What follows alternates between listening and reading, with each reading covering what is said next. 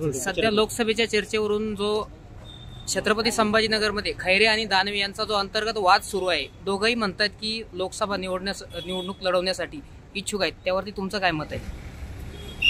मी तुमच्या माध्यमातूनच बघितलं आणि तुम्ही सुद्धा त्यांचे जे काही दोघांचं आहे ते तुम्ही सरळ दाखवले.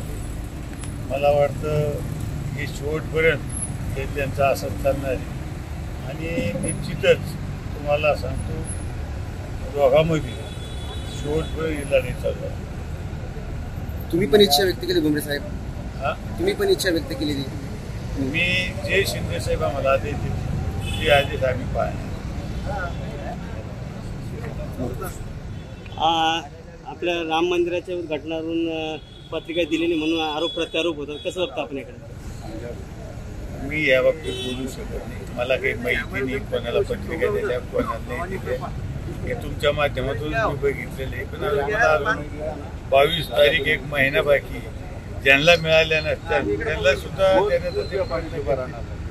तर या बाबतीत मी काही सांगू शकत नाही की कोणाला दिल्या कोणाला.